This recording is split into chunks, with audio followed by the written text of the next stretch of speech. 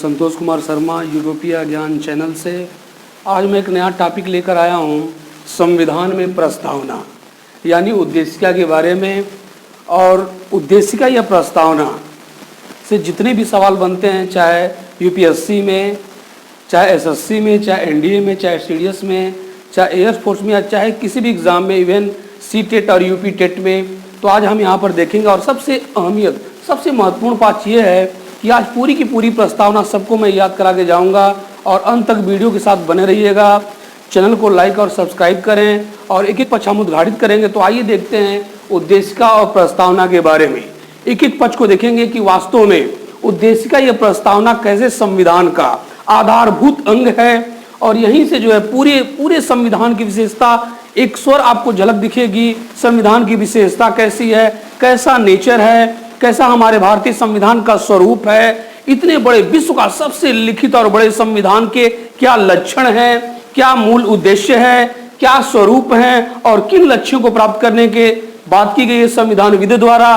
फिर हम देखेंगे कि इसका जो है आदर्श क्या है, कैसे आदर्श को जिस्ट किया गया है, कैसे एक मिरर की भांति ये पूरा प्रस्तावना हमारे संविधान का दर्शन कराएगी। और जैसा कि आप जानते हैं, यही कारण है कि बहुत सारे हमारे संविधानविद और सभी लोग ये कहना पसंद करते हैं कि हमारे प्रस्तावना या उद्देशिका की जो है ये आत्मा है। इसे कुंजी कहते हैं, इसे सार कहते हैं।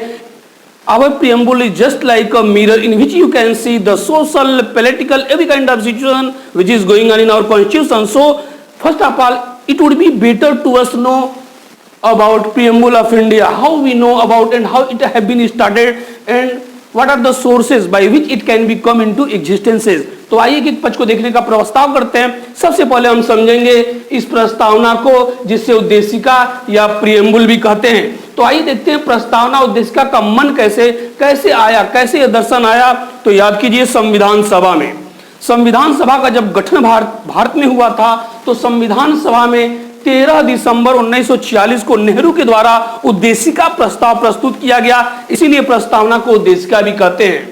और नेहरू ने किन मूलभूत आदर्शों को प्राप्त करने की बात कही थी, तो उसी संदर्भ में आगे बढ़ते हुए हम देखते हैं कि यह जो हमारी प्रस्तावना है, इस प्रस्तावना का विचार आया संयुक्त राज्य अमेरिका से, जबकि प्रस्तावना की भाषा का विचार लिया गया है ऑस्ट्रेलिया से। यानी प्रस्तावना में जो भाषा प्रयोग की गई है वह ऑस्ट्रेलिया के संविधान से लिया गया है और प्रस्तावना जो है संयुक्त राज्य अमेरिका के संविधान से जो है लिया गया है। सबसे पहले हम देखते हैं कि मूल उद्देश्य के बारे में। ये जो हमारा संविधान की प्रस्तावना है, इसका मूल आदर्श, मूल जो लक्ष्य है, मूल जो उद्देश्य है, हमारे आदर्शों को प्राप्त करना है। संविधानविदों ने संविधान सभा में बहुत ही मेहनत के बाद हमारे संविधान को निर्माण किया था। औपनिवेशिक भारत के साथ हमने भाग्य देवी के साथ, भाग्य वधु के साथ पंडित नेहरू ने जो वादा किया था, स्वतंत्रता का समय था और स्वतंत्रता के समय किन मूलभूत आदर्शों को, किन मूलभूत लक्ष्यों को हम समावेश करेंगे। तो उसी संदर्भ में हमारे संविधान की प्रस्तावना की जो लाइन है, देखिए कैसे प्रारंभ होती है और यहीं से पुट मिलेगा कि हमारे संविधान के क्या लक्षण हैं, क्या विशेषता है, कितना इसमें सार है, क्यों संविधानविद इसे संविधान की आत्मा, संविधान की कुंजी या संविधान का सार कहते हैं। तो इसी संदर्भ में हम देखेंगे कि संविधान की प्रस्तावना प्रारंभ होती है, हम भारत के लोग, यहीं से हमको पुट मिलना प्रारंभ हो जाएगा। हम भारत के लोग लिया गया है संयुक्त राज्य अमेरिका के संविधान से। जैसा संयुक्त राज्य अमेरिका के संविधान प्रारंभ होता है प्रस्तावना कि we the people of United State of America, वैसे ही हमारे संविधान की प्रस्तावना में लाइन प्रारंभ होती है, हम भारत के लोग, हम भारत के लोग। इसका अर्थ क्या है, इसका आशय क्या है, एक एक संदर्भ को समझने का प्रयास कीजिएगा।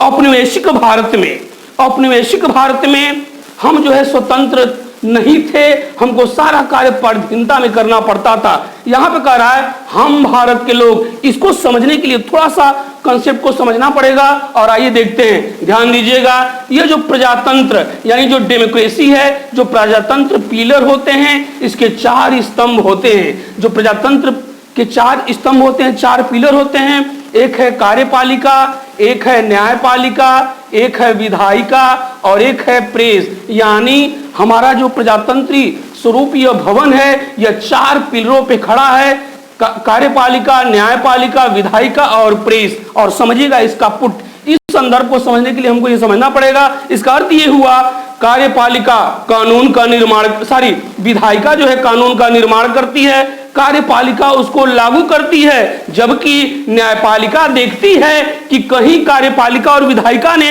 अपने क्षेत्र का अतिक्रमण तो नहीं किया है। यानी विधायिका जो है यह देखती है कि अपना कार्य सही से किया है कि नहीं, कार्यपालिका ने अपने कार्य सही से किया है कि नहीं, न्यायपालिका ने अपना कार्य सही से किया है कि नहीं। फिर उसके बाद तीनों की भूमिका विवेचना करती है प्रेस, और यह प्रेस क्या है, समाचार पत्र के माध्यम से यह जो है जनता के बीच में आता है। और जैसा कि कहा गया है, प्रजातंत्र जनता के द्वारा जनता के लिए और जनता के लिए बनी एक बहुत बढ़िया व्यवस्था है। इसका अर्थ यह हुआ कि ध्यान से समझिएगा, अगर मैं कहूं कार्यपालिका, न्यायपालिका, विधायिका, प्रेस, इसमें सबसे महत्वपूर्ण पिलर कौन सा है, तो इसका अर्थ ये होगा, कोई कहेगा कार्यपालिका, कोई न्यायपालिका, कोई विधायिका है, लेकिन कोई कहेगा प्रेस, लेकिन सबसे ऊपर हमारा संविधान है, सबसे ऊपर हमारा संविधान है। और संविधान को शक्ति मिलती है भारतीय जनता से, यानी भारत के लोगों से, यानी संप्रभुता निवास करती है भारत की जनता के हाथों में। इसीलिए कहा गया प्रारंभ में कि हम भारत के लोग भारत को, ध्यान से समझिएगा, मैं तैयार कराते चल रहा हूं,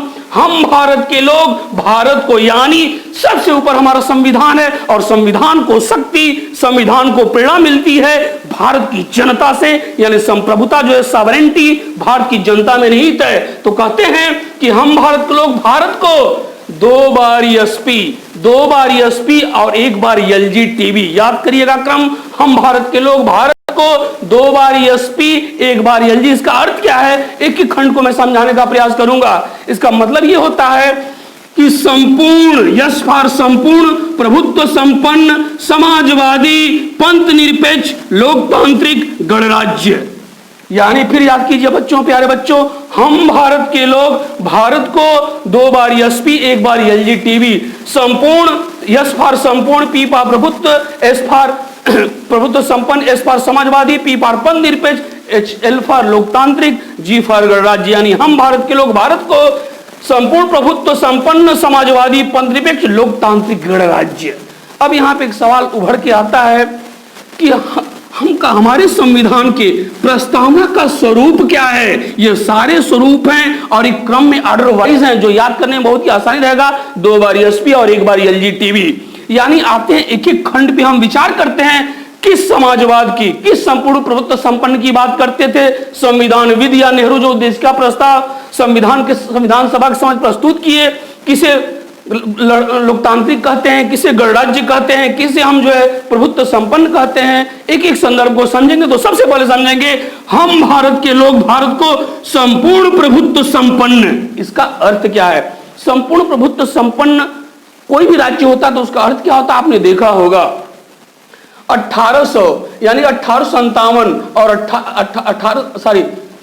आपने क्या देखा होगा प्लासी के युद्ध, यानी 1757 और 1764 में जो प्लासी का युद्ध हुआ था, उसके बाद भारत में औपनिवेशिक सत्ता की नींव पड़ चुकी थी। इसका मतलब ये हुआ कि हमारे जो भी वैदेशिक मत थे, जो भी वैदेशिक नीतियां थी, जो भी रक्षा का उत्तरदायित्व था, उसका नियंत्रण ब्रिटिश हुकूमत के हाथों में थी। लेकिन स्वतंत्रता मिलने के बाद सबसे पहले प्रस्तावना ये घोषित करती है कि हम जो है, हम भारत के लोग भारत को संपूर्ण प्रभुत्व संपन्न। इसका अर्थ यह हुआ कि हमारी गृह नीति, विदेश नीति में कोई भी बाहरी या विदेशी शक्ति हस्तक्षेप करने का प्रयास नहीं करेगी।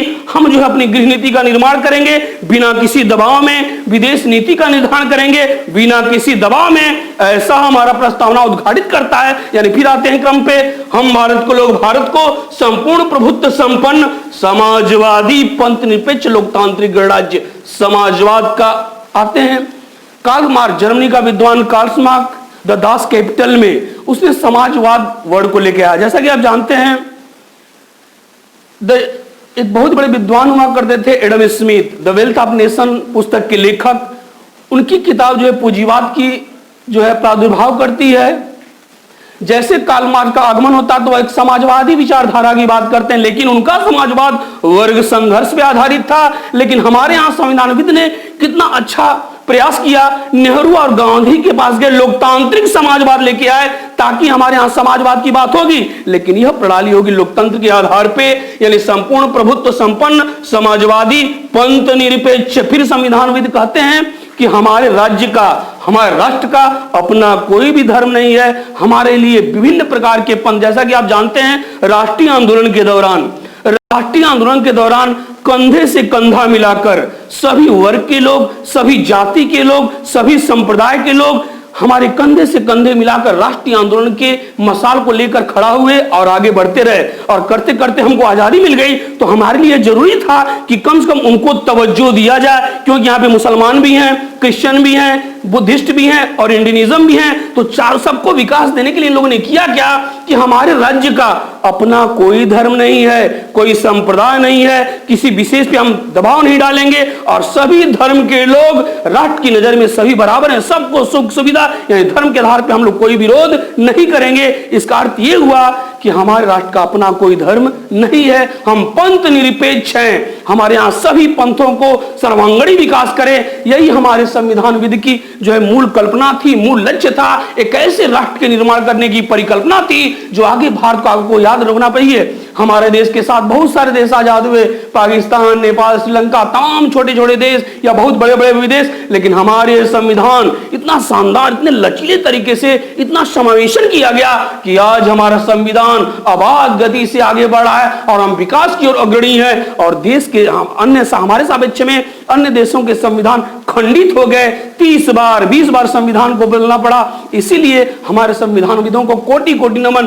कि ऐसा शानदार कंसेप्ट लेके और सबको समाहित करने का प्रयास किए। यानी फिर आते हैं हम भारत के लोग, भारत को 2 बार एसपी और 1 बार एलजी। इसका अर्थ हुआ संपूर्ण प्रभुत्व संपन्न समाजवादी पंथ निरपेक्ष लोकतांत्रिक। लोकतांत्रिक का अर्थ होता है हमारे यहाँ सबको ध्यान दिया गया, सब विशेष संदर्भ दिया गया, जनमत की बात कही गई और अब्राहम लिंकन की परिभाषा आपको याद होगी, जनता का शासन जनता के लिए। यानी यहां पर आपने खुद देखा कंसेप्ट कि विधायिका कानून का निर्माण करती है, न्यायपालिका इसको देखती है कि अपने दायरे में रहकर कार्य किया है कि नहीं। अगर ऐसा नहीं हो तो फोर्थ पिलर प्रेस उसका जो है खंडन करेगा और जनमत यानी प्रेस समाचार पत्र के माध्यम से यह जनता के पास आएगी और जनता तुरंत इस सरकार को उखाड़ देगी। यानी पूरी एक श्रृंखला है नीचे से ऊपर तक का, जैसा कि आगे संविधान में आप पढ़ेंगे पंचायत के बारे में, नगर पंचायत के बारे में। फिर कहा जा रहा है लोकतांत्रिक, यानी यहां पर लोगों के द्वारा चुनी हुई। गणतांत्रिक का अर्थ हुआ गणराज्य। इसका अर्थ क्या होता है? गणराज्य का अर्थ होता है एक ऐसी सरकार जहां पर वंशानुगत न हो, बल्कि वहां पर जनता के द्वारा चुना गया हमारा प्रतिनिधि हो। जैसा कि आप जानते हैं इंग्लैंड में जो गणराज्य है वहां पर जो राजा हैं वह वंशानुगत आधार पर चुने जाते हैं, लेकिन भारत में हमारा गणराज्य इस संदर्भ में है कि हमारे यहाँ जो मुखिया है वह जो है उसका वंशानुगत अधिकार है, बल्कि उसका भी अप्रत्यक्ष तरीके से निर्वाचन होता है। इस संदर्भ में हम गणराज्य हैं। यानी आपने देखा क्या, जो हमारी प्रस्तावना है इसका विचार सर्वप्रथम संयुक्त राज्य अमेरिका से लिया गया। प्रस्तावना की भाषा ऑस्ट्रेलिया के संविधान से। संविधान के स्रोत में आपने देखा कि हमारे संविधान के स्रोत जो है भारतीय जनता है, सॉवरेनिटी उसके हाथ में है, सबसे ऊपर हमारी जनता है, क्योंकि जनता से शक्ति मिलती है हमारे संविधान को। और उसके बाद आपने देखा हमारे जो संविधान का स्वरूप आपने देखा, संपूर्ण प्रभुत्व संपन्न समाजवादी पंथ निरपेक्ष लोकतांत्रिक गणराज्य। अब देखेंगे हमारे संविधान के उद्देश्य क्या थे। मेन संविधान विद का जितने भी संविधान विद थे उनका मूल मोटो क्या था, किस प्रकार की चीज प्राप्त करना चाहते थे इन संविधान के माध्यम से, क्या करना चाहते थे, क्या इनका मूल मोटो था। और यही कारण है कि सभी लोगों ने इसको सोल ऑफ इंडियन कॉन्स्टिट्यूशन कहा। तो आइए देखते हैं उद्देश्य के बारे में इन लोगों ने क्या कहा, और ये सारा पुट मिलेगा आगे जाके फंडामेंटल राइट और डीपीएसपी में। और ध्यान दीजिएगा 3 उद्देश्य की प्रस्तावना बात करती है, यानी उद्देश्य में बात क्या करती है, 3 प्रकार के न्याय की चर्चा करती है, सामाजिक न्याय, आर्थिक न्याय और राजनैतिक न्याय। इसका अर्थ यह हुआ कि राजनैतिक के क्षेत्र में, समाज के क्षेत्र में, सामाजिक संदर्भ के क्षेत्र में, आर्थिक प्रबंधन के बारे में हम न्याय की बात करेंगे, तभी सर्वांगीण विकास संभव है।